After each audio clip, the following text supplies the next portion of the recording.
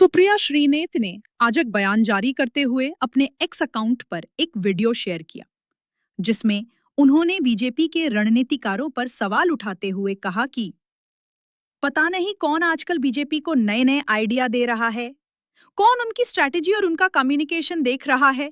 जो भी कर रहा है उसका साधुवाद है, बिग थैंक यू। क्योंकि बकलोली में ही सही मगर बीजेपी ने राहुल गांधी की बातों का सीधे तौर पर जबरदस्त समर्थन किया है।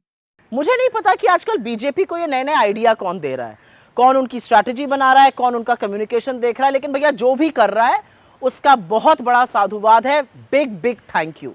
क्योंकि बकलोली में ही सही मगर एक बात तो साफ है कि बीजेपी ने राहुल गांधी की बातों का सीधे तौर पर समर्थन किया है और जो थोड़ी बहुत कसर रह गई थी वो कल हमारे मुख्य चुनाव आयुक्त महोदय ज्ञानेश कुमार जी ने पूरी कर दी है। आखिर राहुल जी क्या कह रहे हैं? वो यही तो कह रहे हैं कि चुनाव आयोग की वोटर लिस्ट में गड़बड़ी है और ये निष्पक्ष चुनावों के लिए खतरा है, क्योंकि फ्री एंड फेयर इलेक्शन के लिए एक साफ सुथरी वोटर लिस्ट मिनिमम रिक्वायरमेंट है।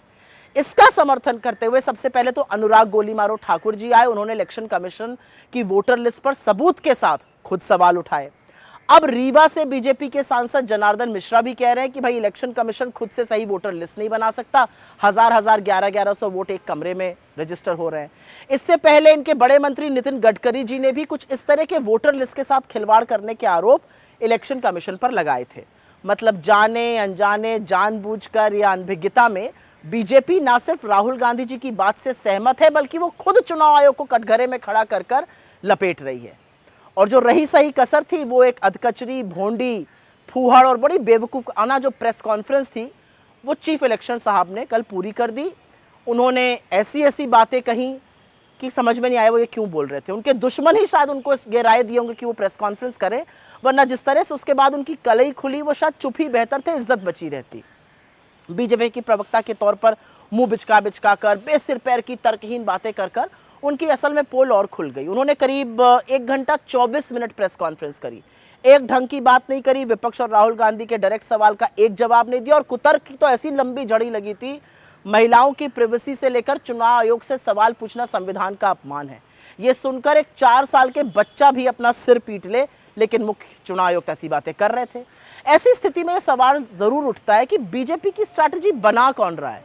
बीजेपी के भोंडे प्रवक्ता के तौर पर ज्ञानेश कुमार जी और अधिकृत प्रवक्ता के तौर पर अनुराग गोलीमारो ठाकुर जैसे लोग अपने पैरों पर कुल्हाड़ी क्यों मार रहे हैं?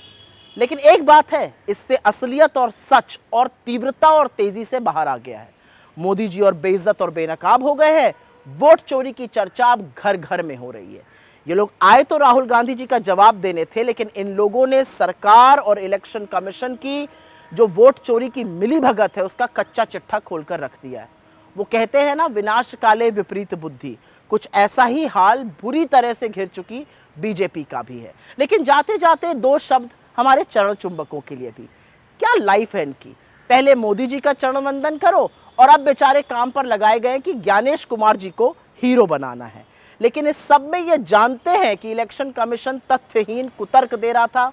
इन बेचारों के लिए थोड़ा से संवेदना तो रखिए। इन चरण चुंबकों की क्या जिंदगी है?